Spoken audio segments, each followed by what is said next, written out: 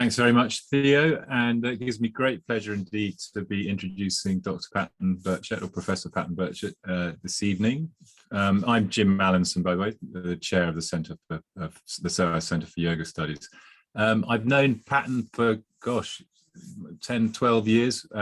Patton did his PhD at Columbia under the great Jack Hawley, and we met there, I think it was 2011. We'd already been in touch because we both shared a deep interest in the ascetic and devotional traditions of medieval North India. And so we've been in touch ever since. It's been a great pleasure discussing the period with him. And he went on to produce a wonderful PhD under Professor Jack Hawley, as I said, at Columbia. And then after there was a postdoc, but has since moved to the College of William and Mary, which is it's in Virginia, isn't it, Patton? I think Virginia State, which I also had the great pleasure of visiting there. And we think, we tend to think of America as rather new and modern compared to our venerable traditions of English academia. But SOAS is very much a baby compared to the College of William and Mary, which I think was started in the 17th century. It's a really amazing campus, really wonderful place, very rich scholastic tradition. And Patton has continued to work on the traditions of asceticism, Tantra, yoga, Sufism, and so forth, and produced this amazing book. I did have it actually, but I haven't got it to show you anyway. The Genealogy of Devotion, Bhakti, Tantra, Yoga, and Sufism in North India. He's also got various other interests, of course, magic being one of them. He's published a couple of articles on that subject, magic in India as well. But I think it's about his book he's going to be talking to us today. The title of the talk is Untangling the Threads of Devotion and Yoga, Bhaktas, Sufis and Naths in Mughal India. So closely related to this wonderful book, which I highly recommend. I think just one last comment. I don't think I've ever known in recent years a book that's had so many reviews and of course so many wonderful reviews too. It's been highly acclaimed throughout the scholarly community, so we're very lucky to be hearing from him about it today. Thanks very much, Pat.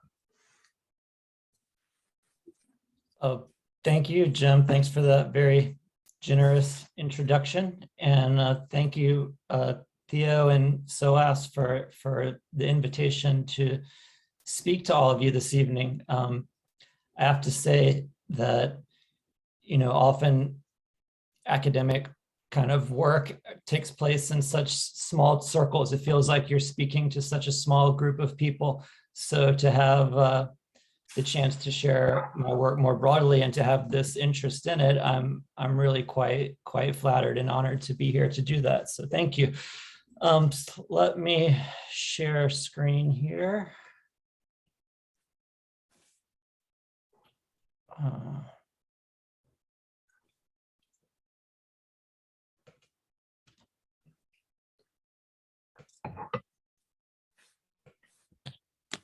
All right. So this is my presentation, Untangling the Threads of Devotion and Yoga, Bhaktas, Sufis, and Naths in Mughal India. So our topic this evening is really yoga and devotion. How are yoga and devotion related? How are they similar? How are they different? What role does yoga have in the life of devotion? And what role does devotion have in the life of yoga? Answers may immediately come to mind, but they depend on our preconceptions, our assumptions about what yoga is and about what devotion is.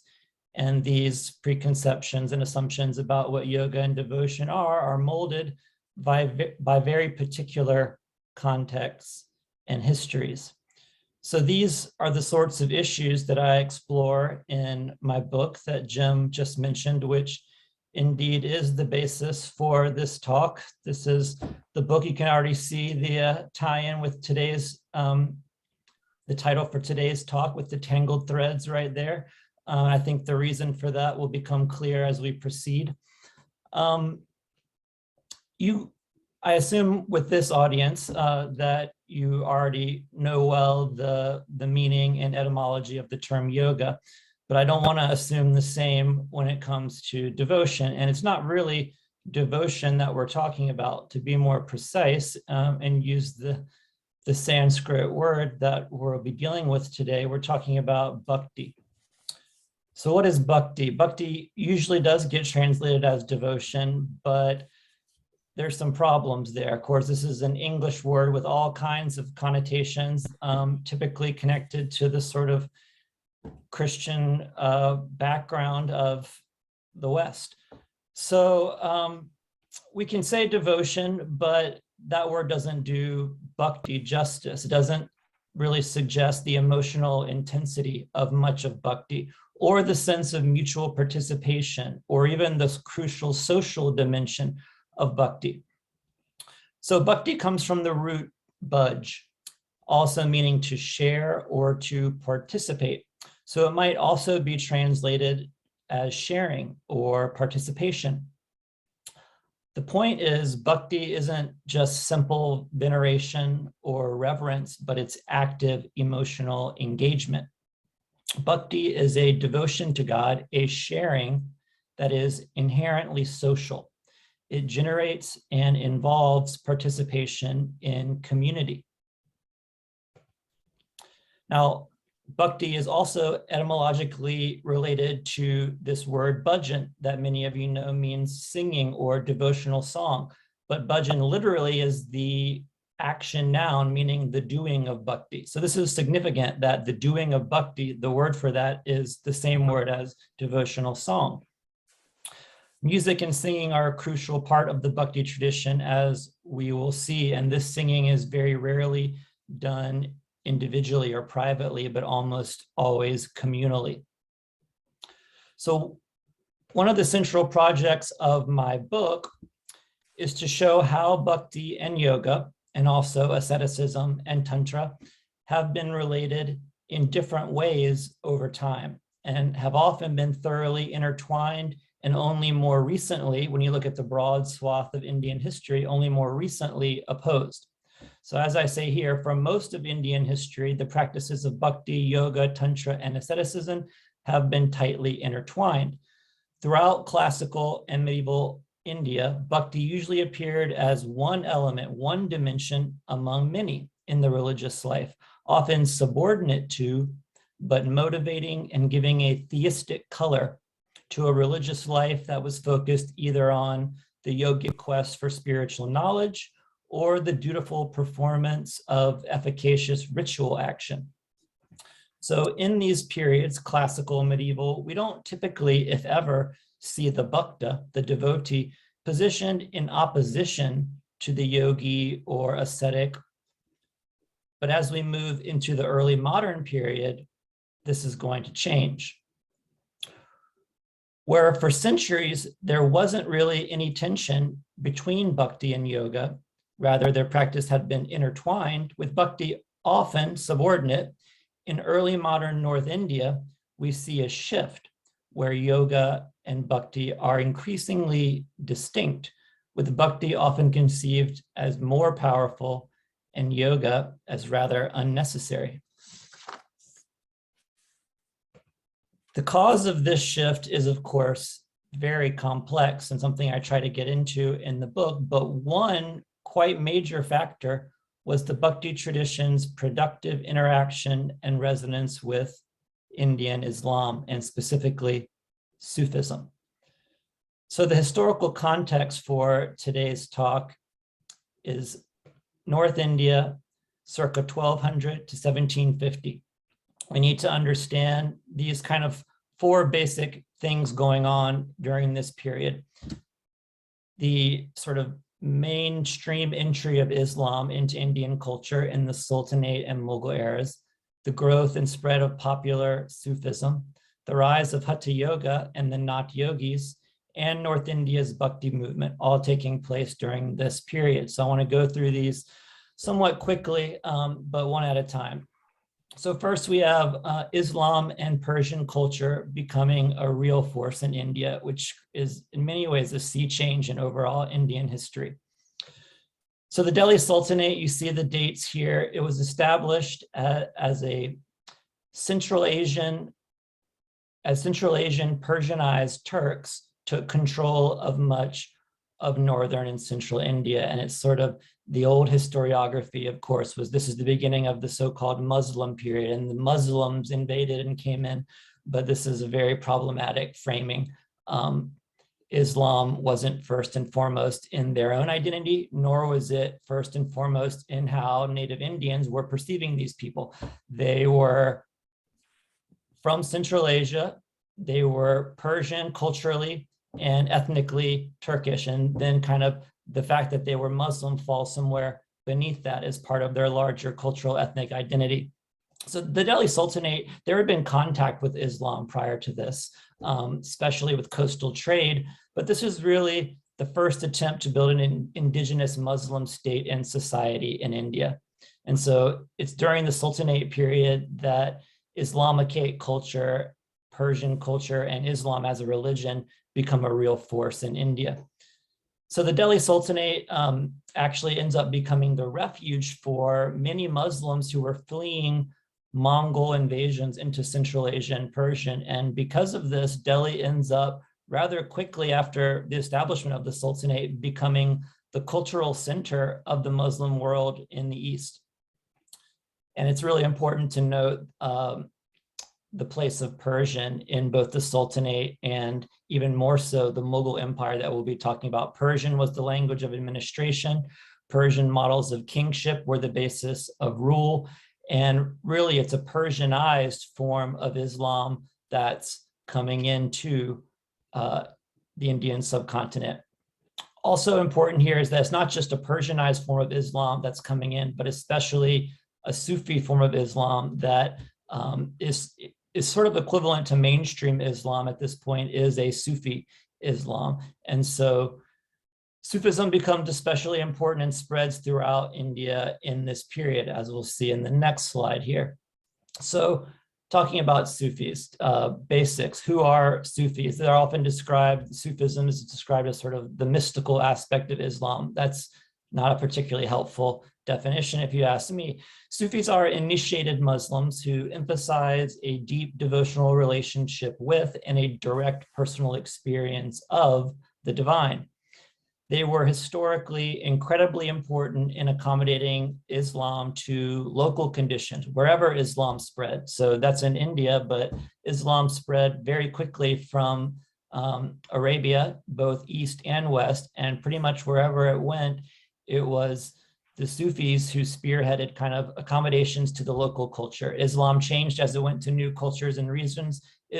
Sufis were often at the forefront of adapting it to local cultures and gaining converts, where it was the job of the ulama, the orthodox judges, pundits, philosophers, to sort of maintain those elements of Islam that were universal, where no matter where Islam was geographically.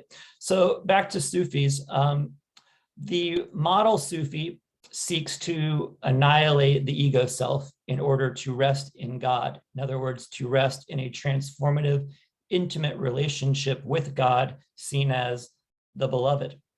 And Sufis accomplish this through asceticism, meditation, and passionate devotion to and longing for God. So right off the bat here, I want to note how those are all features of Hindu devotional life. Asceticism, meditation, passionate devotion, and longing to God. So there's already a sort of, you can see an easy potential here for potential interactions, productive interactions, resonance.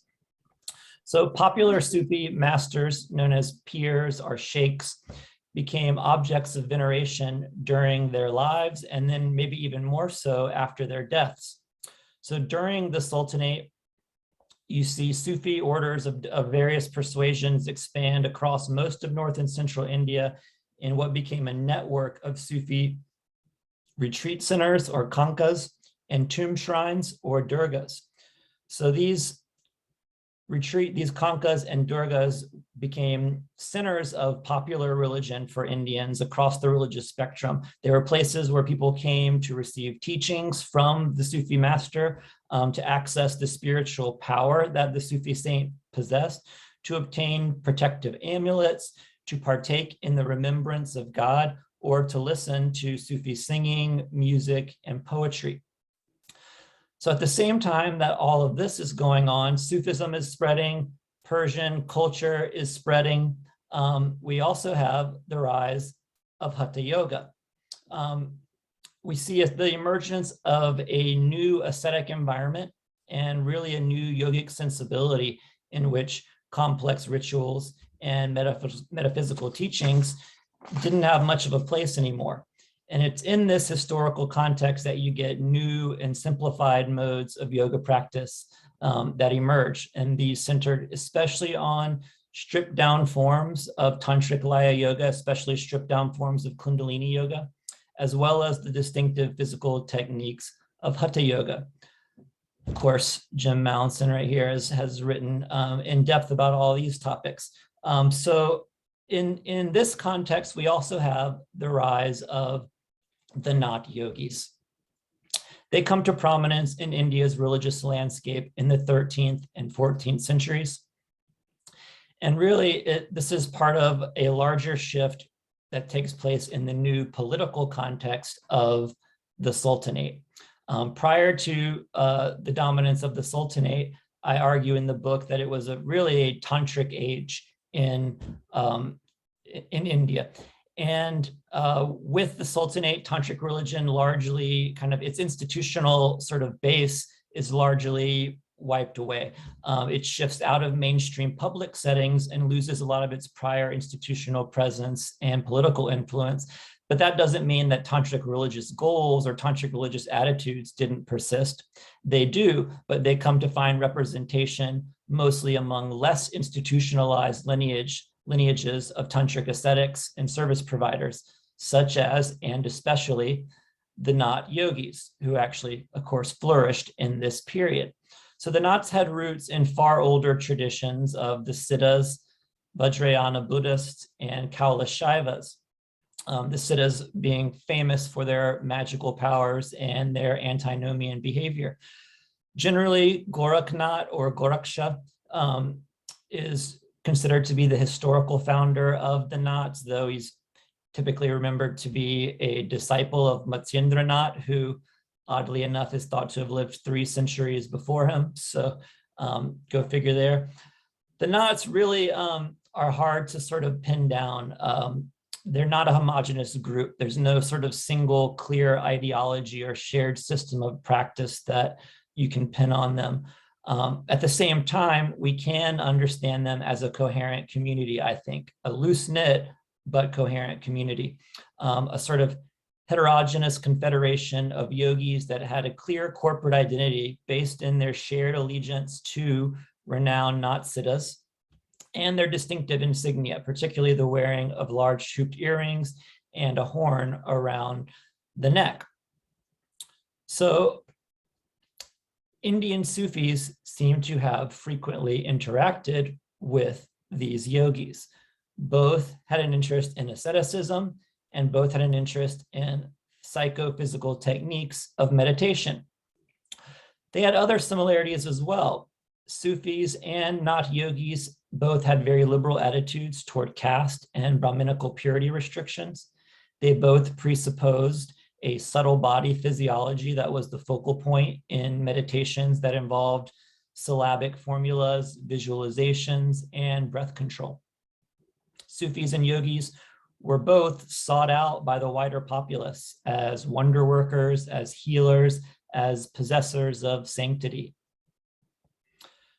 That being said, I argue that the distinctions between Sufis and yogis are perhaps even more meaningful than these parallels.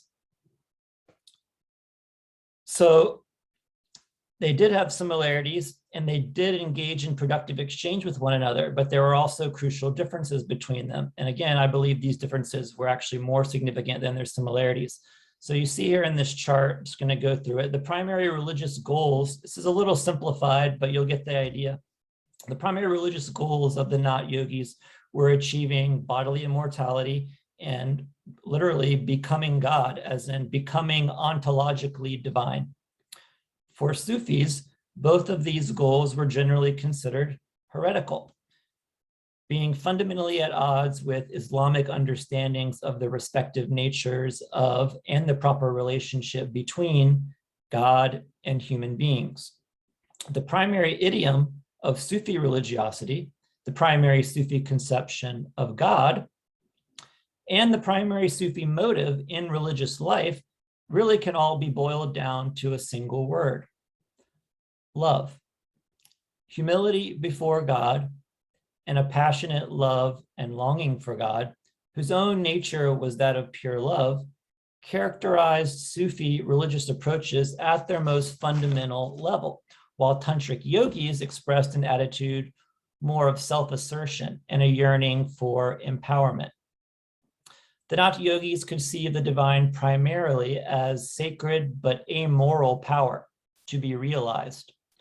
In contrast to the often arrogant Nath yogis, Sufis did not conceive the sacred to be amoral at all. Rather, they trusted in a God whose nature and activity defined moral righteousness and ethical virtue. This understanding seems to have translated into a major Sufi interest in the ethical life that simply was not a serious concern of tantric yogis. While Sufi hagiographical works stressed the Sufi saint as a humble exemplar of morality, the same cannot be said of the hagiography of Nath yogis. I think these differences have something to do with the basic tension between devotional and tantric yogic approaches. Indeed, to me, what is particularly striking is the way in which the differences between tantric yogis and Sufis mirror those between tantric yogis and the Hindu Bhaktas of early modern North India. Put differently, it is remarkable how similar Sufi and Bhakti communities, as well as Sufi and Bhakti saints, appear to be in the ways that their religious perspectives and approaches differed from those of tantric yogis like the Naths. So this returns us to the topic of Bhakti and to North India's Bhakti movement. So in our historical context that we're laying out here, we come to the Mughal Empire. The Mughal Empire became the largest and the most bureaucratically sophisticated political entity India had ever seen. The Mughal emperors were inheritors of a style of Persian kingship in which the central task of Islamic law was to ensure the balance of conflicting interest of groups and communities with no interference in their personal beliefs. And it was this period, the Mughal period, when Bhakti communities exploded across North India. So it's important to remember that, this explosion of Bhakti in North India, really from 1550 or so forward, occurs in the context of Persianate, Islamicate rule and popular Sufi presence. So let's talk more about Mughal India's Bhakti movement. Beginning especially in the 16th century, a variety of different Bhakti communities emerged and rose to prominence in North India. They were different from and competed with one another, but they also shared at least the following four key features. First and foremost, these communities were united by a distinctive focus on personal devotion to the divine, as opposed to other traditional pillars of Indic religiosity, such as knowledge, ritual, or the practice of yoga or asceticism. This devotion took place in the context of an intimate, loving relationship with the divine in which caste, class, and gender typically were said to have no real place. This was a bhakti that found its most characteristic expression in the context of spiritual fellowship with other devotees, satsang, in the medium of song, in the idiom of passionate love, sringara or madhurya, or painful separation, viraha, and in the remembrance in both meditation, recitation, chant, and song of the names of God. Second, these new devotional communities of Mughal India were alike in their production and their performance of devotional works that were composed in vernacular languages, dialects of Hindi, most importantly, Braj Bhasha and Awadhi, but also Bengali, Punjabi, Gujarati, Assamese. And these compositions remembered the deeds of God, especially Krishna and Ram, but also the deeds of exemplary Bhaktas, devotees. Third, important in all these communities was the performance and collection of songs attributed to renowned Bhakti poet saints like Kabir, Mirabai, and Tulsidas. So it's the collection part is why if you study Bhakti, you don't have any manuscripts to study until this period. Finally, despite their many differences, the vast majority of Bhakti authors and sectarian communities in early modern North India came together in articulating a devotional sensibility that was distinct from, often explicitly positioned in opposition to, certain tantric and yogic paradigms of religiosity. And it's this last point, number 4, that is really the sort of the innovation, the sort of something original, something new that I'm saying. The other features you could all find in previous scholarship, but I don't think number 4 had really been stressed. And that's really what I focus on in the book. Okay, so now I want to talk about the similarities between Sufis and Bhaktas. So the Sufis and Bhaktas of early modern North India seem to have shared a basic religious approach of humble and loving devotion, just at the basic level. They also shared an analogous emotional, aesthetic, and ethical sensibility. And in these key respects, both Sufis and Bhaktas seem to have differed rather substantially from the not yogis. Sufis and Bhaktas celebrated and sought out similar sentiments and virtues. Both valorized selfless love and emphasized passionate longing for an absent beloved, while criticizing hubris, envy, hatred, and greed. Sufis and Bhaktas use similar aesthetic styles and modes of participation to express and evoke the emotions and ethical ideals that they valued. So they both were really interested in singing and music. In the 14th century, the Chisti order in particular became dominant throughout the Indian subcontinent. And the centerpiece of Chisti Sufi religious practice was Sama, the evocation of the divine via singing or listening to music in the company of others, a practice that had important resonances in popular traditions of Bhakti Kirtan and Bhajan. You also have the phenomenon of dhikr, the repetition of the attributes of God. This was perhaps the Sufis' single most important ritual practice and strongly resembled the Vaishnava Bhakti practice of Nama Kirtana. You also have in this category, here we are, poetry, literature, and hagiography. That's where I want to be. Early modern Bhakti literature resonates with, and actually was probably influenced by, Islamic literary and hagiographical tropes, as well as Sufi conceptions regarding the nature of God and the proper relationship between humans and the divine. Indeed, research has made clear that Indian Sufi writing in the centuries prior to North India's Bhakti poet saints, that it was fundamental in shaping the poetic, the metrical, and the narrative conventions, even the motifs and images that Bhakti poets would use in their compositions. Of course, none of the Bhakti authors were citing the influence of Sufism in their work, but when you look for it, it seems to be there. Overall, the Sufi and Bhakti traditions of early modern North India both articulate a particular devotional conception of God and appropriate religious behavior that's often in contradistinction to tantric yogic understandings and approaches.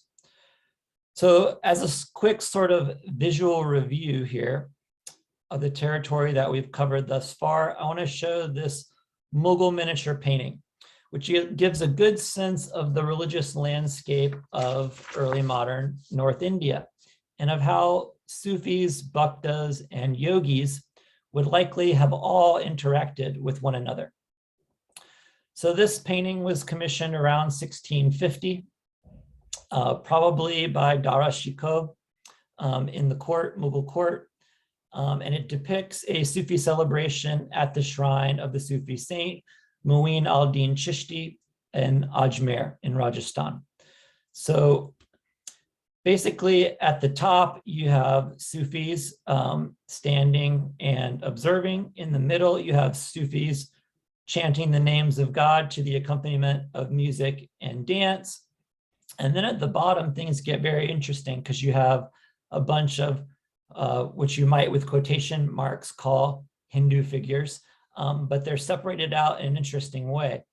On the left side, you have a bunch of Bhakti figures, sants. So these are Nirgun Bhakti figures in that they are devoted to a formless, qualityless divine. You have Ravidas from left to right, Pipa, Namdev, Sena, Kamal, and Kabir. On the right side, from left to right, you see there's a gap in between them. You have Matsyendranath, the sort of mythical origins of the Nath tradition, beginning with Matsyendranath, then Gorakhnath, Jadrup, Babalal Das Vairagi, and then an unidentified ascetic. So there seems to be a clear understanding in this depiction that Sufis, yogis, and Bhaktas are all at the same place interacting, but there's also some kind of distinction in groups between the yogic Nath side and the Sant Bhakti side. So this leads me to sort of the heart of the talk, which is, I think when you look at this period, you could break down the various devotional approaches to yoga into three main categories that fall along a spectrum. And I want to give you some examples of each of these three main sort of points on the spectrum. There is yoga practice and devotion being combined. Here you see yogic techniques simply being used, but for devotional goals. Then in what I'm placing in the middle, you have a sort of subtle critique. You have often a satirical critique of yoga and yogis, in which devotion kind of co-ops yoga, co-ops yogic symbols. Devotion in some sense subsumes and subordinates yoga within it, but there's still a prominence of the figure of the yogi and yogic sort of images and metaphors, but they're serving the purposes of devotion. And then on the far right, you have examples of direct criticism by devotional authors of yoga and of yogis, and instances, stories of confrontations with yogis in which devotees emerge victorious. Of course, I'm talking about the devotional literature here, not the Nath literature, which would likely have a different story to tell. So I want to begin with examples from the far left of this spectrum. So here we have two different examples. On the Sufi side, an example of yoga practice and devotion being combined, yogic techniques being used for devotional goals. We have the Ocean of Life, the Bahr al-Hayat, composed around 1550 in Persian and Gujarat by the Sufi saint Sheikh Muhammad Gauth Gwaliari. In this text, you see an illustrated page here of a manuscript of that very text. Gwaliari declares that the 7 mantras, which were in the original text that he's working from, a Sanskrit text, originally associated with the 7 chakras, but he says that they are actually translations of the Arabic names of God. He identifies various primordial yogis that are named in that text with prophets of Islam. He takes terms like the Sanskrit alak, unconditioned, and translates them as Allah. Brahma and Vishnu become Abraham and Moses, and 3 legendary yogis get equated with Islamic prophets. The same techniques, however, in terms of just yogic techniques, are taught and are used by the Sufis, but they're very explicitly geared towards Muslim, towards Sufi devotional goals.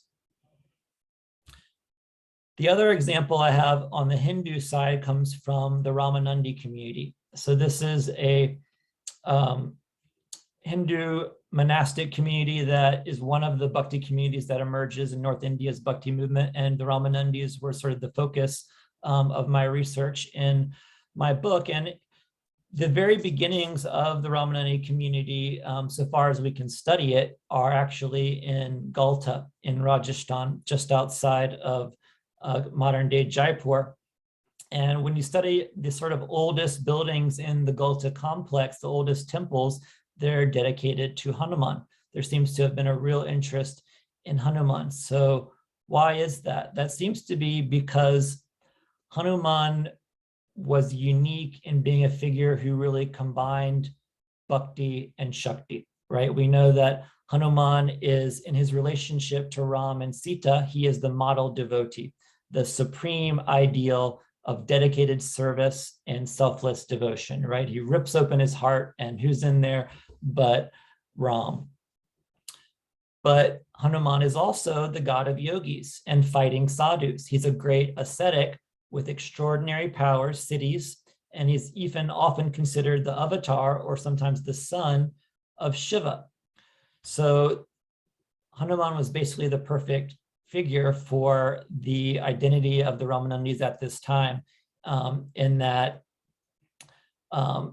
they were able to, through Hanuman, idealize his deep emotional attachment, his humble self-effacing love and service to Ram and Sita, which clearly distinguished them from the tantric yogis. But at the same time, they had a certain overlap with what tantric not yogis were interested in terms of the side of Hanuman that is, focused on Shakti, on asceticism, and power. So if those are 2 quick examples from the Sufi and the Hindu side, from one side of the spectrum, I want to turn now to the middle of the spectrum, subtle critique and a co-option of yoga by Bhakti. So on the Sufi side here, my example is the Indian Sufi romances, or love stories, the Sufi Premakyans.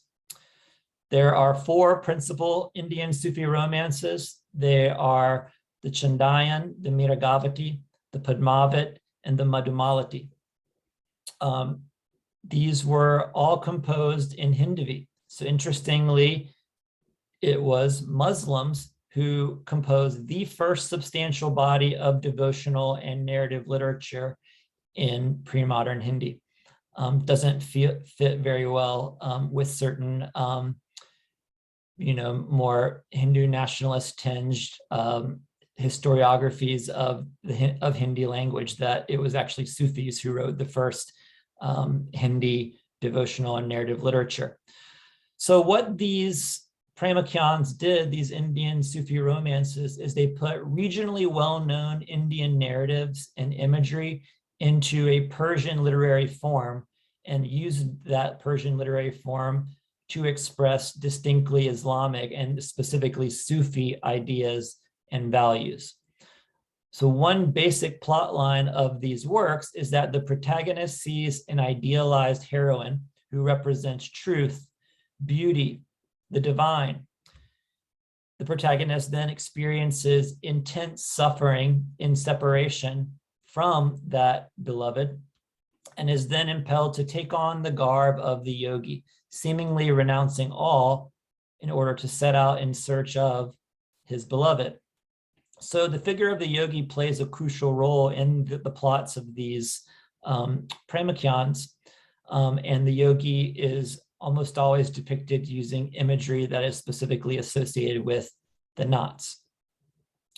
So in the plots of these Sufi Romances, the hero temporarily takes up the life and appearance of a yogi. He does this as a metaphor for the intensity of his devotion and his willingness to give up all else in search of union with the beloved, who is, again, a metaphor for the divine. So in this way, these Indian Sufi romances use the imagery of the yogi, but they don't really affirm yoga itself as a spiritual path. What they're doing is appropriating the figure of the yogi, but in order to advocate for a rather different form or style of religiosity, one that's not based so much on asceticism or on a quest for power or immortality, something like the Nath yogis were interested in, but rather a religiosity centered on love. Tantric and Hatha yoga are many things, but not typically driven by love, not typically seeking union with the divine as the beloved. So again, yogic imagery here is used to praise a non-yogic, passionately devotional religiosity. So if that's my Sufi example from this point on the spectrum, my Hindu Bhakti example will look at the poet saint Mirabai. So in a fashion that's often quite similar to the Sufi romances I was just discussing, the 16th century Bhakti saint Mirabai makes frequent use of yogis and yogic imagery in her compositions. She usually does this to depict the quintessential Bhakti and Sufi emotion of viraha, love in separation. So Mirabai, or Mira, is arguably India's most famous Bhakti saint. She is the only woman among North Indian Bhakti saints, and she is devoted specifically to Krishna, and Krishna as Giridhara, the mountain lifter. She often depicts herself as married to Krishna. Historically, it's difficult to say much that's definitive about Mirabai. She's rather elusive, and she may or may not have been a real historical figure, but she's remembered as a princess who lived in Rajasthan in the 16th century. In multiple poems attributed to Mira, she explicitly takes on the identity of a yogi in order to express her devotion, namely her passionate longing for an absent beloved. In one, she says, "For you, I'll make myself a yogini, wandering town to town looking for you, looking in every grove, ash on my limbs and an antelope skin pulled up to my neck. My friend, that's how I'll burn my body to ash for him." She depicts her beloved Krishna as having gone away, wandering homeless as a yogi. Thus, she will also take on the garb of a yoga practicing ascetic, like the heroes of the Sufi romances, and wander in search of him. She will abandon all in a single-minded search for Krishna. Mira sings, "I'm not staying here, not staying where the land's grown strange without you, my dear, but coming home, coming to where your place is. Take me, guard me with your guardian mercy, please. I'll take up your yogic garb, your prayer beads, earrings, begging bowl skull, tattered yogic cloth. I'll take them all and search through the world as a yogi does, with you, yogi and yogini, side by side." Here's a model of devotion in which the devotee is willing to abandon family, home, modesty, everything except her beloved. In striking similarity to the heroes of the Sufi romances, Mira will happily wander the earth with only the meager possessions of a yogi, if it means finding and being with the beloved. So these poems use yogic imagery and the figure of the yogi as metaphors to highlight the desperate passion, the restless intensity, and the single-minded focus of the devotee's love for God. Just as in the Premakyans, here we see the appropriation of the yogi and all he stands for in the interest of asserting a different religious mode, Bhakti, as being above and beyond that of yoga. Here then, the yogi is an artfully deployed symbol serving and heightening the effect of a devotional message. In these Sufi and Bhakti texts, the devotee triumphs over the yogi by becoming a yogi, by redefining the true yogi as no yogi at all, but as a selfless, impassioned lover of God. Let me check my time here to see. All right. I think I have time to do this. Whoops. Yeah. Okay, so I want to turn now to the third far right kind of point on our spectrum of devotional approaches to yoga in Mughal India. And this is the sort of approach of direct criticism and direct confrontation. And my example on the Sufi side is Sufi hagiographical literature. When you look at Sufi hagiographical literature from the Sultanate and Mughal periods, you find stories of direct confrontations, miracle battles between Sufis and yogis. In these tales, being Sufi tales, of course, so the Sufi always defeats the yogi, for the source and the quality of the Sufi's power is far beyond that of the yogi. In one 14th century example, the yogi challenged, this is actually a translation here, the yogi challenged the sheikh to display any powers which he could not equal. The yogi rose from the ground into the air until his head reached the ceiling, and then came down to the ground in the same fixed position. And then he invited the sheikh to show his power. The sheikh turned his gaze towards heaven, and he said, "Oh Lord, you have given this power to one who is a stranger to you. Bestow upon me this grace." The sheikh then rose from his place and flew away towards the Qibla. From there, he flew to the north, then towards the south, and he finally came back to his own palace and sat down. The yogi was astonished, and laying his head at the sheikh's feet, said, "I can do no more than rise straight upwards from the ground and come down in the same way. I cannot go to the right and to the left. You turned whichever way you wished. This is true and from God. My own powers are false." So the crucial line here comes at the very end of the story, when the yogi marks the Sufi's superior display as true and from God, while labeling his own levitation powers as my own, as in not from God and false. So this is there's your source there, if you're wondering where that story comes from. So in these hagiographies, the term most frequently used for the display of magical powers by yogis is istidraj, while a separate term, karamat, a beneficence or special grace, is reserved for the miracles of the Sufi sheikhs.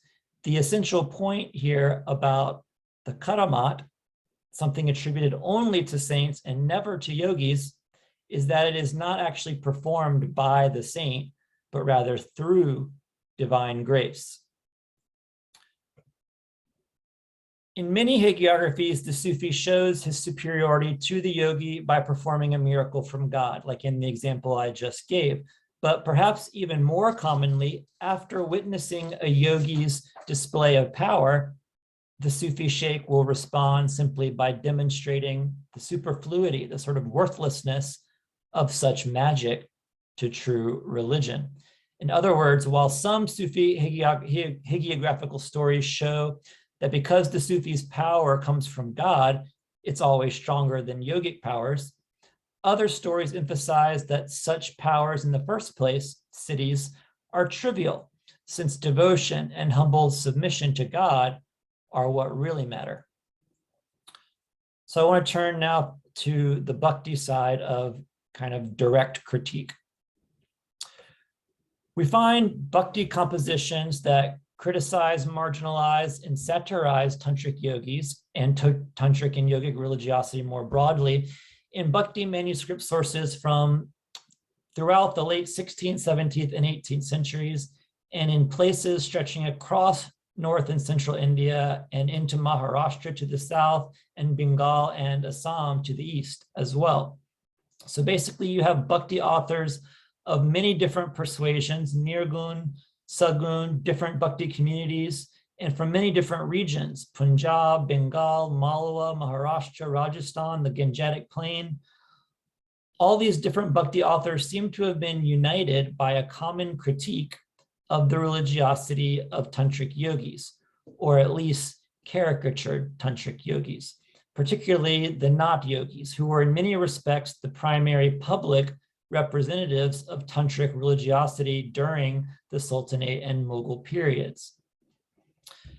As William Pench has aptly put it, Bhakta's conflict with tantrikas, like the Nath yogis, was not simply an argument about style. It reflected a profound disagreement about the very nature of God and whether men could legitimately aspire to be gods.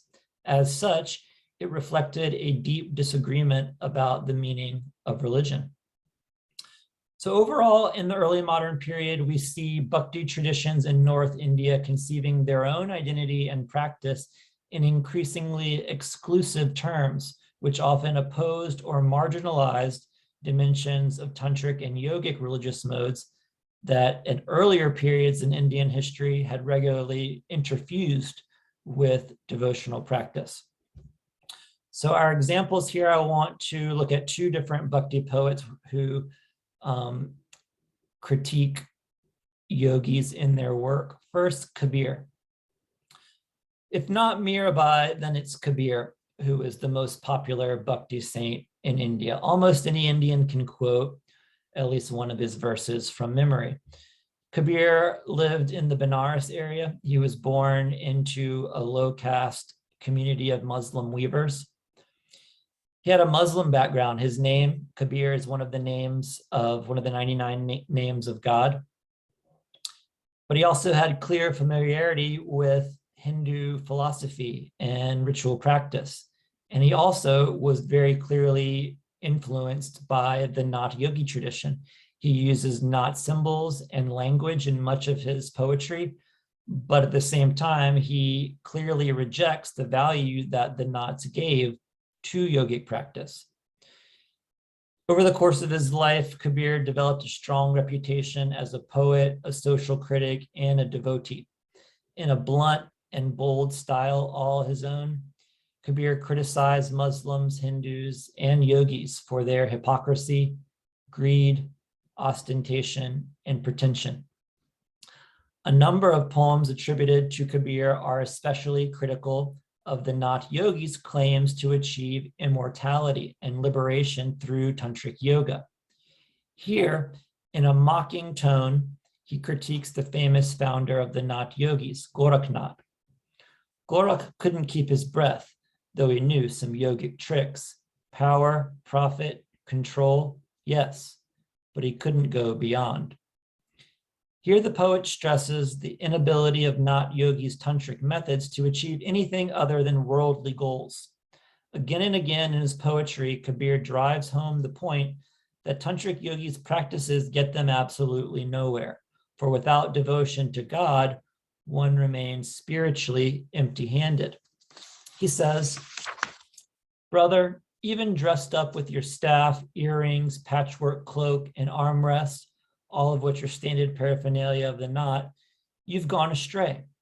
Madman, give up yogic posture and breath control. Madman, give up trickery and always worship God." In another poem, Kabir states, "Go naked if you want, put on animal skins. What does it matter till you see the inward Ram?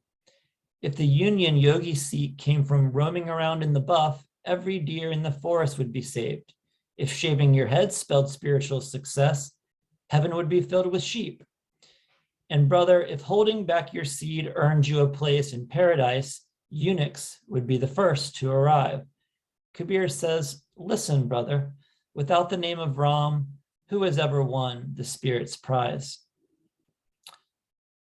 Kabir was hardly the only Bhakti poet to come out against tantric yogis. So let's take a look at one other very different sort of example, Tulsidas.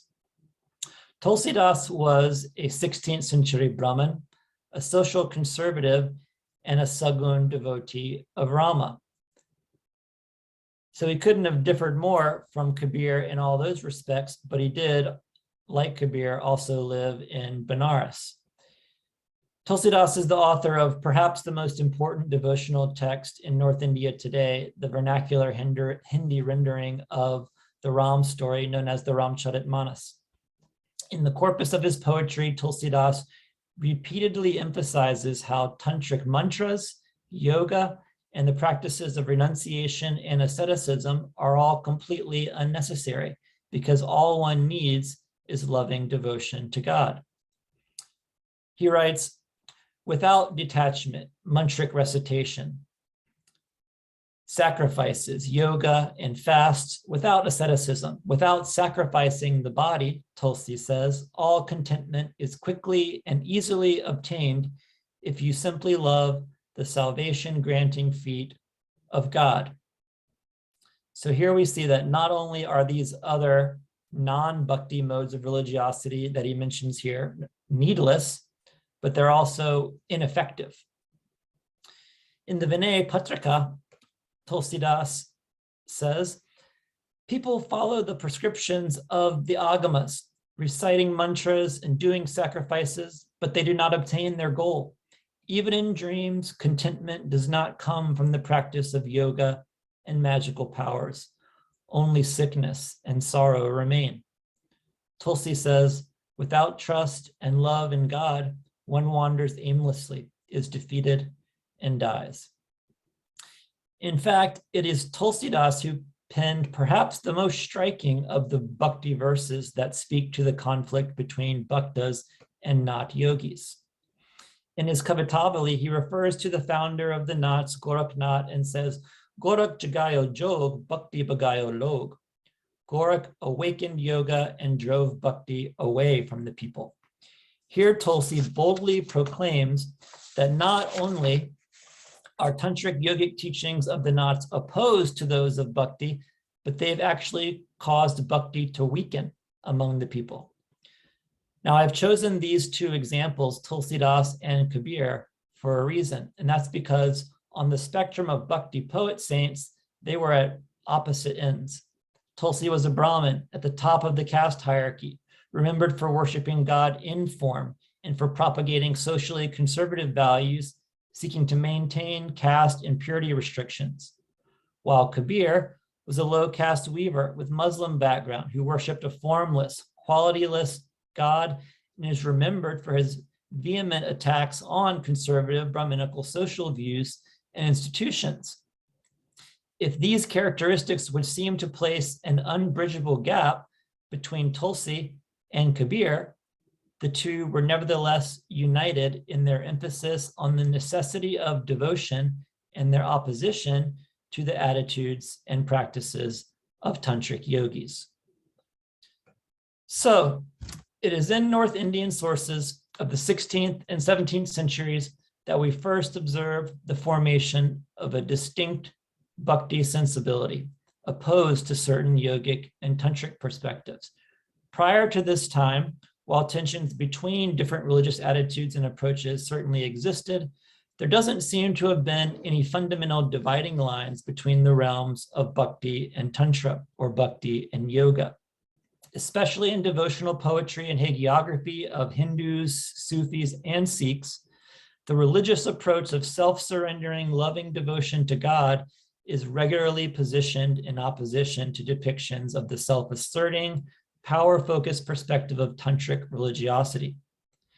Criticism of yogis tended to center on the pretensions of their ascetic lifestyle, the pointlessness of their physical practices, and the ignorance and delusion at the core of their quest for power and immortality.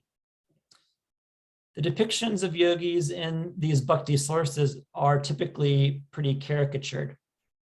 But at a general level, there was a very real difference and tension between these two styles of religiosity and their corresponding sensibility. For the Bhaktas, for the Sufi devotees, the emphatic point was this: all one needs is devotion to the Lord, who provides power and protection greater than any tantric ritual or yogic discipline could possibly offer. So that's all I have for today. Like I said, all this comes out of my book. So if you're interested in exploring the topic more, that would be the place to go. I look forward to your questions. Thank you very much, Patton. That was a fascinating, excellent sort of synopsis or précis in a way of your book, and I particularly enjoyed the spectrum, the way that was extremely clear, really great way of presenting the different relationships between the different traditions. My main question, one thing that struck me and I hadn't really thought about as I was listening, was it's clear that we see in the, I'm totally convinced by your argument of the influence, I know that's a rather loaded term, but of Sufism on the development of the Hindu Bhakti traditions. And we see in the Islamic sources, whether that's the Prema-Khyans or the Mughal miniatures or all those sort of encounters, those combats between Sufis and yogis that are so well analysed and presented by Digby. There's a book coming, his book on that should be coming out pretty soon.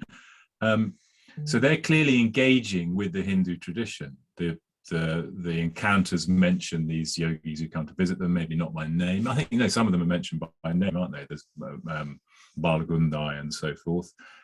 As you showed in that miniature from Ajmer, the Hindu saints are depicted there, still at some remove, obviously, but not absolutely engaged. And the Prema-Khyans, I mean, I totally take your point that they are in some way sort of slightly satirical, but they do mention Gorak and so forth.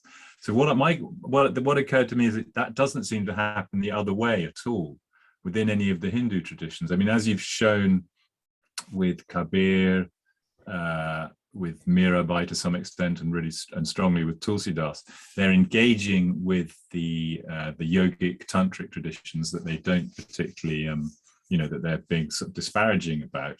But there seems to be absolutely no mention of Islamic traditions. I mean, occasionally we get mentions of sort of qazis and stuff, don't we? But I guess that's not quite the same as the sort of Sufi saints that perhaps they're in competition with. So I think that there does. I don't know if that makes sense to you. If you can say anything to that at all, it seems to be like they're the sort of elephant in the room that the Hindu devotional traditions are not saying anything about. But maybe I'm missing. Maybe I've forgotten something or missed something. No, I think that's.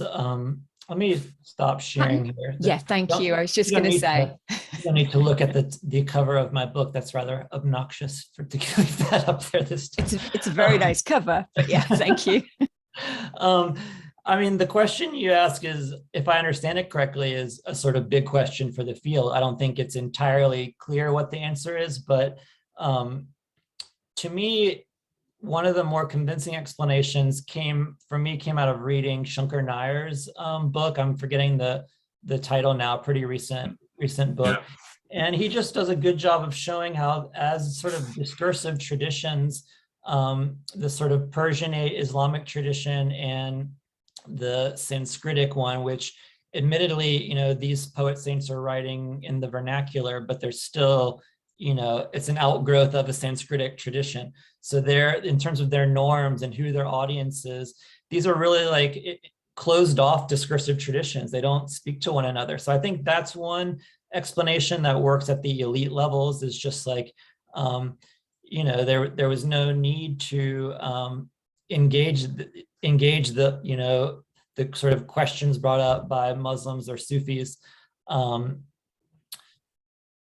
I do think there's lots of evidence for Sufis influencing, whether it's the Prema-Khyans and especially hagiographical literature, influencing different types of Bhakti compositions, so poetry and hagiography. But in order to see that, since they're not, citing it or mentioning these figures, you have to kind of look for the parallels, and some of that work's been done by, people like Aditya Bail and such. But I don't think that's entirely a satisfying answer for why they don't mention them head on. It's something of of a mystery. You know, they're right there. They're clearly interacting. That seems very obvious, but they're just kind of ignoring them, blissfully ignoring them. It does seem to some extent, you know, sort of cements that there's clearly some sort of Hindu consciousness or some aware, you know, they are the other, I suppose. It makes that pretty clear. I think so. And I think one other way to think about this is in terms of, again, kind of a spectrum. And, you know, a group like the Ramanandis is kind of in a middle ground. And then you get, if you go to sort of the right of the Ramanandis, you get groups like the Gaudiyas that are even more kind of Hindu and Brahminical. If you go to the left of the Ramanandis, you get groups like the Dadupant and the Niranjanis and the Sikhs. And in there you find this interesting mix of Sufis and Sant Bhakti figures all melded together. So I think those, you know, the Dadupants and the Sikhs, you know, they're willing to acknowledge this, but that was sort of a dividing line. And I talk about this at one point in the book, you know, why, like one of the figures I studied was this Bhakti poet named Agradas, 16th century into 17th. And he's a Ramanandi. And he has this one poem where he's very critical of Dadu. And I wonder, you know, I have an extended discussion of why he would have been so critical about him. I think part of it has to do with his, Dadu was also very open to the Nath yogis, but I think he also had a kind of a Muslim identity. And, you know, the Dadupant was sort of open to, you know, Bhaktas, but also Naths and also Sufis. And that sort of openness was, you know, a bridge too far, even for the Ramanandis, who are more liberal than, say, the Gaudiyas. Does that make sense? Yeah, absolutely. Yeah, great. And actually, I sort of hadn't thought about the Dadupantis, and then in particular, as you mentioned, the Sikhs, who are much more open and included in the Guru Granth Sahib by various Islamic compositions, aren't there? Okay, we haven't got that much time, so we've got a couple of questions here. We've got one from Lubomir Ondrachka, so if we could go to him, that would be great, please. I'm presuming it's Lubomir Ondrachka. It just says Lubomir, but I don't think we have many other. Yes, can you hear me? Yes. Yeah, great. Thanks for your fantastic talk. And you have just partly answered my question. What I wanted to ask is that you presented a clear picture of some kind of tension or conflict between Bhaktas and Sufis on one side and yogis, tantric yogis, Natha yogis on the other. But wasn't the real picture much more complex? But you just mentioned Dadupanthis, and Dadupanthis were, as you said, very open to the Nathas. They even praised them as part of their tradition. You remember Sundardas and other authors. So this is the example from the west of India. And if we go to the opposite side, to the far eastern India, we have in Chattogram, in Chittagong, Sufi yogis or even Sufi tantrics, I mean Sufi tradition, taking a lot of material from local Shakta, Kaula tantras. So my question is, don't you think that the real social picture of this relationship between Bhaktas and Sufis on one side and the tantric yogis or Natha yogis, wasn't it much more complicated or complex than you have just presented to us? Yes, I mean, the short answer is yes, completely. And you know, it's hard to make an argument, especially in a short talk. You know, I play up the contrast more, but in the book I try to be much more careful about that, because I do think there's a meaningful trend that I'm identifying here that is actually happening. I don't think I'm making it up. I think there is this real tension, but I also think there are plenty of examples that sort of show exactly how complex the scene is. I think there are even more of those examples on the Sufi side than on the Bhakti side. And I think that there's a section in the book, it's like a subsection, I forget of which chapter, that I think it says something like the Dadupanti exception. And I really go into this and I talk about the Dadupant, and I talk about the Niranjanis, and I talk about even particular knot figures that were, had more resemblance with sort of Sant Bhaktas than they do with sort of the caricatured image of the tantric yogi that I've been presenting. Monica Horstman has talked about some of these kinds of figures. I think Priti Nath is the name of one. And if you look at the Maharashtrian knots, I mean, even there, it's much more complicated, the way that devotion is intertwined.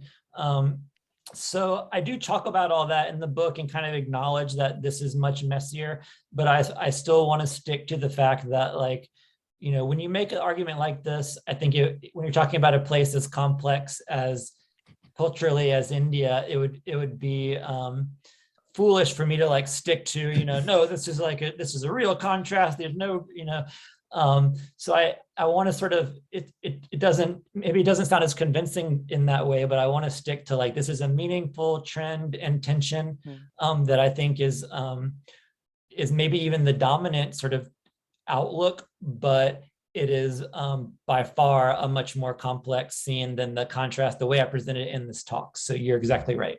Yeah, thank you. Yeah, thanks. But it also, I think the point, Patton, you made earlier as well about a lot of these Bhakti poets being actually more in the kind of orthodox mainstream, evolving out of the Sanskritic tradition, is very true there, because in the examples Lubomir gave on the eastern fringe, and then the western fringe, also the Dadupantis as well, where they're much more perhaps more open to mixing. Yeah. We've got another question from Ruth Westerby, if we could go to her, please. Hi, thank you. It was a question about sort of the beloved as the human divine and the divine, and whether you could talk a little bit more about how that shifts between the Sufi and the Nath perspective, please. So I think I was referencing that in terms of the Sufi romances primarily, right? Just that these stories use the female, as who the hero is, passionately longing for. She's a metaphor for the beloved, and then in the course of his partially yogic quest, he's essentially purifying an impure human love into a divine love, which is kind of simplified. The nature of the Sufi path is you purify a corrupt human love into a divine love. And that's not necessarily exactly the way that Bhakti traditions frame things, but I think there's a whole lot of similarity there in that, most of Bhakti traditions, it's just it is an emptying out of the self, of the ego, through loving another. So I feel like when you look at almost all the Hindu traditions, I'm sure, again, it's the Hindu tradition, you could find exceptions, but the sort of underlying goal almost always seems to be about, getting rid of that ego self. And there are lots of ways to do it, but even in devotion, which isn't often thought of in that way, I feel like at bottom, it still is about that. It's just you're doing it through emptying yourself out in love for God. And that is very similar to the Sufi approach. Whereas, and again, this is sort of a slightly caricatured take on the Naths, who, again, because they're a heterogeneous kind of group, it's hard to speak about in uniform terms. But I feel like it's pretty safe, I don't know if you'd agree, Jim, to say that Naths were oriented towards the sacred as power, not as love. And the idea was to access that power, become that power in some sense, and that was the power itself was amoral. It wasn't immoral, but you could be used for whatever purposes. Whereas, when you bring in a theistic notion of God, which is really key for both Sufism and Bhakti, it's almost always the case that God is an ethical figure, that God is moral. So I think those are some key differences. I don't know, does that get at your question?